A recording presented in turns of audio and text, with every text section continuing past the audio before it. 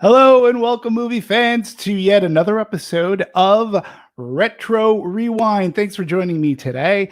We got a very special show going, but before I start, I wanted to talk a little bit about what is Retro Rewind. Ton of people have been asking me about it, so I figured I'd answer the question today. And in all honesty, nobody's actually asked me about it, but I still want to talk about what the show is all about.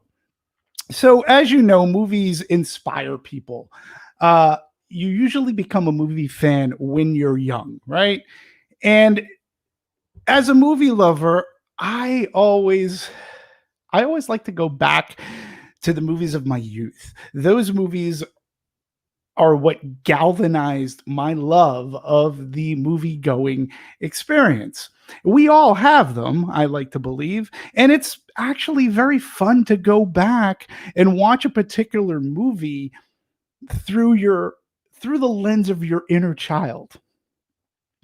The movies I choose to talk about on Retro Rewind, they resonated with me in one way, shape, or form as a kid growing up. It's not to say that movies can't resonate with you today as you've matured into an adult.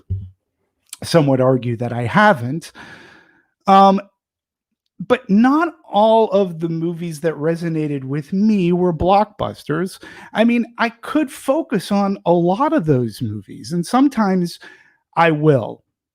I just feel that many of the blockbuster movies have really been dissected to death, and I don't really know what more I could bring to the table to talk about such movies. But doesn't mean that from time to time I won't dabble my toes to talk about a big movie. I had already done so when I kicked off Retro Rewind, when I talked about Jaws, but I put it into the lens of this COVID pandemic we're dealing with. So I know some of the movies that I talk about, some of you may never have seen the movies, or it's been such a long time ago that you forgot about the movie. So I also recognize that doing bigger movies, more known movies, could get me more views. Look, that would be fantastic. I would love more views. I would love for you to pass along the show and talk about it amongst your friends. Um, but it really isn't necessarily my top goal. It is a goal for me to grow the show, yes. But even more so, I'd love the show to grow within you, the audience.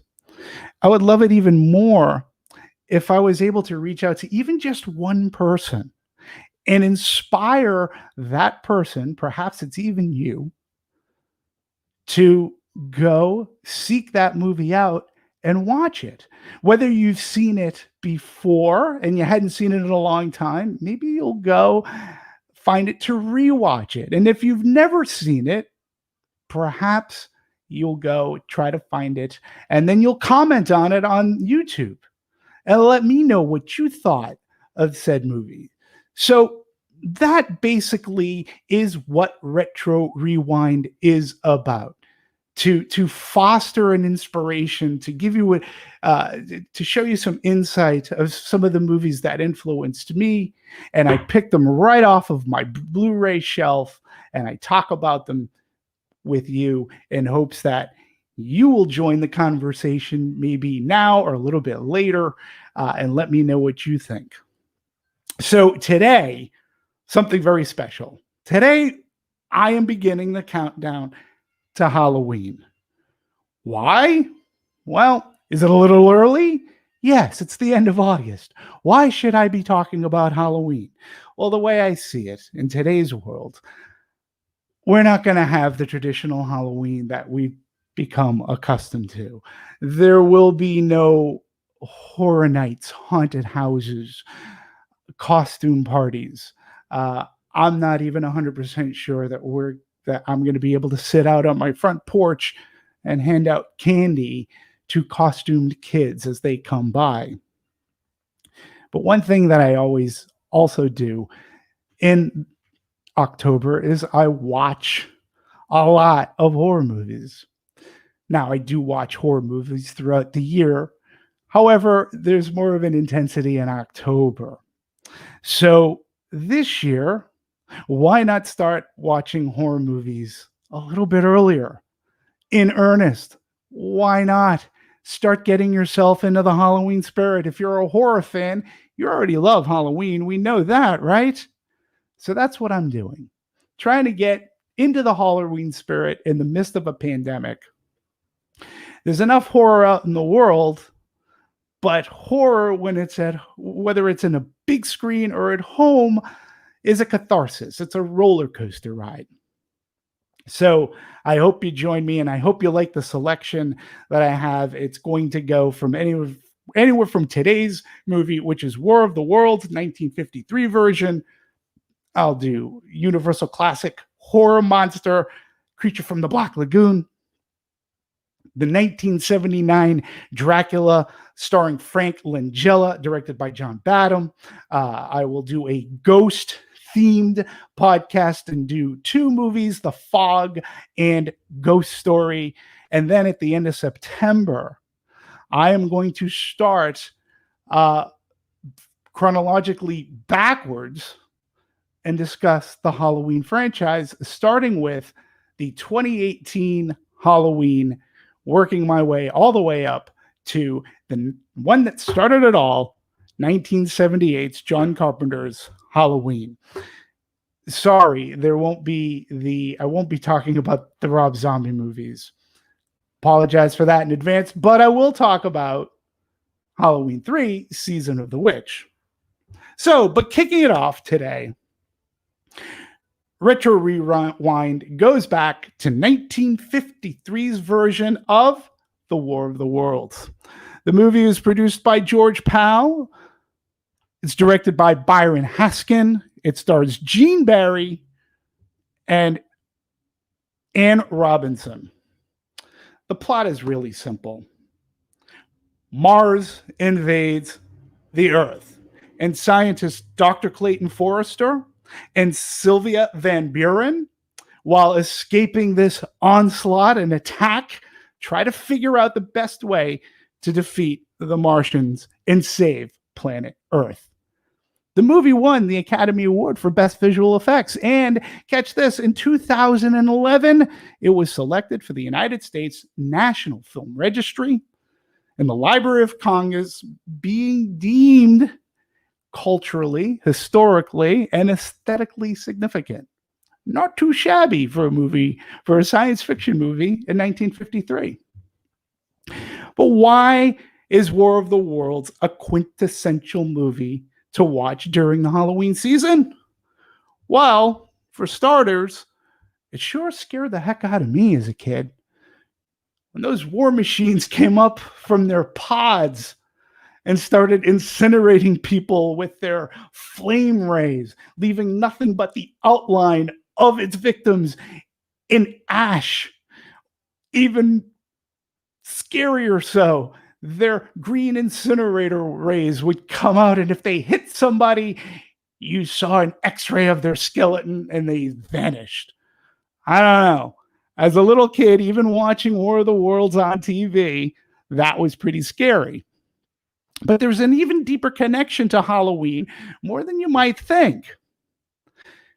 And that connection is that on October 30th, way back in 1938, the Mercury Theater, yes, that Mercury Theater, adapted the H.G. Wells science fiction novel, War of the Worlds, into a very famous radio play. Now, this radio play, was done as a news broadcast, okay, and it detailed this Martian invasion in a way that it chronicled it from when the meteors were seen in the sky hitting the ground, and the war machines popped up from the ground and began incinerating everything in sight. Wells and Company did such a great job in making the news broadcast sound authentic that some parts of the country believed it to be real. So much so that some people actually began and prepared to evacuate their towns. Now, had those folk just stay riveted to their radios, at the end, they would have heard Orson Welles come out and exclaim, "Gotcha! Thanks for sticking into this. Thanks for sticking with us. This broadcast was the equivalent of us putting sheets over ourselves, hiding in a closet, and at the right moment, jumping out saying, 'Boo! Happy Halloween.'" Well, the events of that radio show inspired a really good television movie, believe it or not. That movie was called The Night That Panicked America, and it was about that radio broadcast and how it panicked America. Now, the movie uses hyperbole because it wasn't the entire United States that went into a panic. There were just a few of these pockets. But regardless, that's just enough. And when you think of the power of radio, the power of performance, and what it was able to do back then, that's really cool. Now, that television movie that I'm talking about, it had some weight to it. Nicholas Meyer of Wrath of Khan fame, he was one of the writers of the movie. The telemovie was directed by Joseph Sargent, if you're familiar with The Taking of Pelham 123, with Walter Matthau. He directed that, and he also directed Jaws: The Revenge. Well, you can't win them all, is what I say. One other thing to note about the telemovie, it aired on October 31st of 1975. So there is a fantastic Halloween connection. Now, also, it should be noted that the War of the Worlds, I mentioned, won the Academy Award for Best Visual Effects. Well, the movie influenced other directors and other movies. One that's really simple to point out is Steven Spielberg, who references, I believe, War of the Worlds a couple of ways, even aside from the remake that he made in 2005, which had the undertones of 9/11 in it. But Spielberg, even in that movie, his war machines, although they paralleled the ones that H.G. Wells envisioned, they still had the Cobra hood as one of the, like, looking around on top of the big spidery bulbous thing that walked around incinerating people. Also, in the 1953 version of War of the Worlds, the first time we see that cobra head coming up, rising from its pod, before that happens, a hatch begins to unscrew, mysteriously unscrew, raise, and fall off. There's no levers, nothing to hold on to. I can't help but think of the scene in Close Encounters of the Third Kind, the scene of Barry's abduction, where the aliens are trying to get into the house, and we see an air grate on the floor, and the screws start unscrewing and coming out, and the air grate blows off. Also, another inspiration, when you watch War of the Worlds, we do get to see a Martian. And in one scene, the Martian actually is running off screen with his hands in the air, screaming, "Ah!" Well, of course, Steven Spielberg's beloved E.T., this magnificent scene, doing just the same thing. Also, it's hard not to think about Independence Day while watching War of the Worlds. In fact, I would say that Independence Day takes from War of the Worlds a lot more than you think, because the way that the aliens in Independence Day strategize to take out or to invade the world is not too dissimilar to what happens in the 1953 movie. It's actually really, it's a great homage. I'm going to say that. I'm not going to say that they stole it, lifted it. I'm going to say it is a wonderful homage to War of the Worlds. And there's one last little reference that I love. If you're a fan of Mystery Science Theater 3000, as much as I am, of course you'll notice the name of Gene Barry's character, which is Dr. Clayton Forrester. He's one of the Mads, along with TV's Frank, who tortures our Joel Hodgson and his bots by making them watch bad movies. So there are some inspirations right there.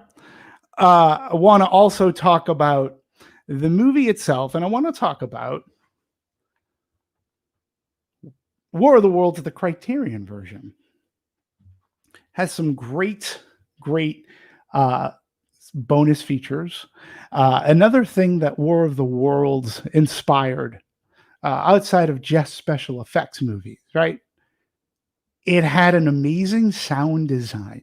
Okay, so from the sound of the war machines, from the sound of the, as I said, the cobra head along its snake, its coil, searching for its victims, to its incinerator rays.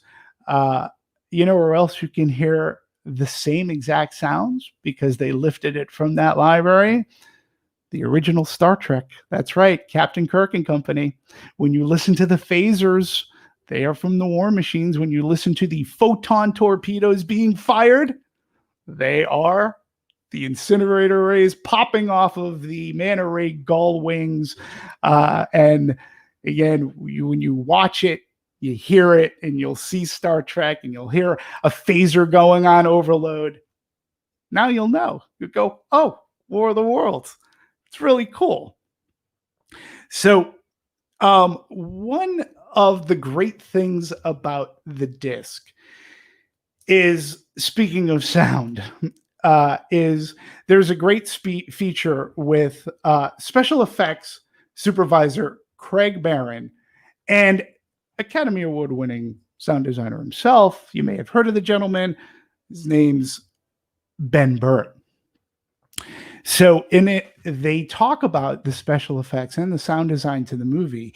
And what's fascinating about it is being that the movie was shot in, say, 1952, they left no record as to how they made their movie magic. So Barron and Burt, they reverse engineer and use only the technology that was around in 1952 to try to recreate the sound effects and the special effects themselves. It's quite a fascinating, it's a very fascinating peek into the craft of that time period. Seriously, I cannot recommend watching that enough. So again, this disc, something else I should talk about this disc is, personally, as I said, I grew up watching War of the Worlds as a kid. And look, even as a kid, the prints were so faded.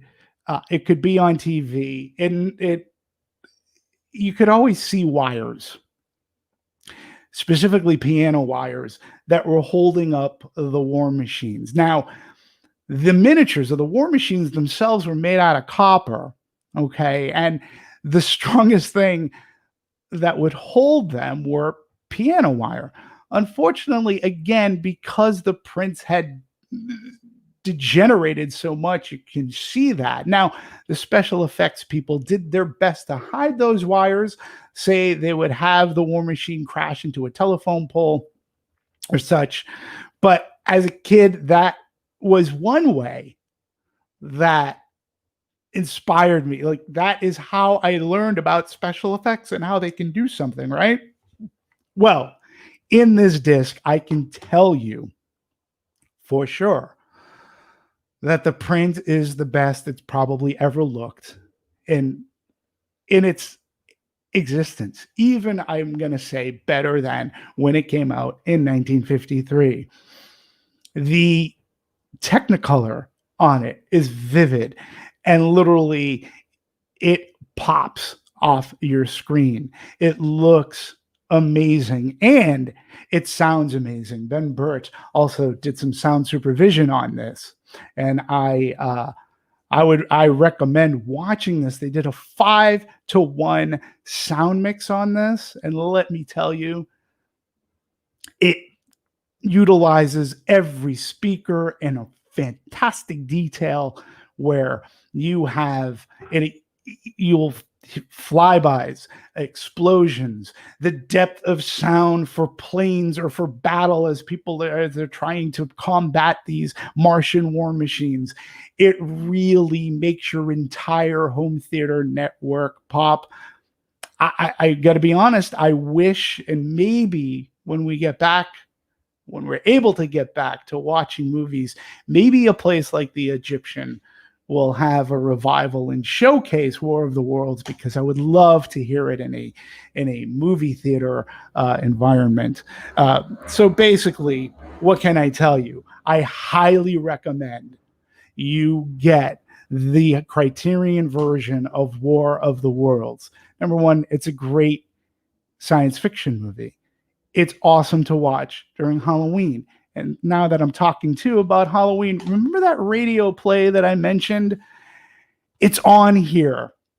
The full radio play with Orson Welles and the rest of the Mercury Theater is on this disc. So you can put it on, have it on in the background, transport yourself to 1938 and hear the sounds coming through, and the detail being done by this newscast, and try to imagine, oh my God, in 1938, with everything going on in the world, would it be so far-fetched that this could happen?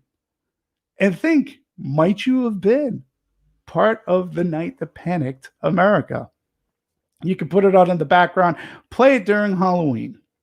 It's a lot of fun, and it's just great to go back to see and put yourself in a place where people, what they did for entertainment, and how a good story, and no matter the medium, can really grab you. It really is a lot of fun to listen to, and it's on this disc. So I'm going to wrap up today's show. I hope you had a good time. I hope if you've never seen the 1953 version of War of the Worlds that you're going to go out and seek it out and find it. Go ahead. You can buy it on Amazon. That's what I did. You'll have a lot of fun. If you haven't watched War of the Worlds in a long time, then I also urge you have to, because you've never seen or heard it this way, period. I guarantee it.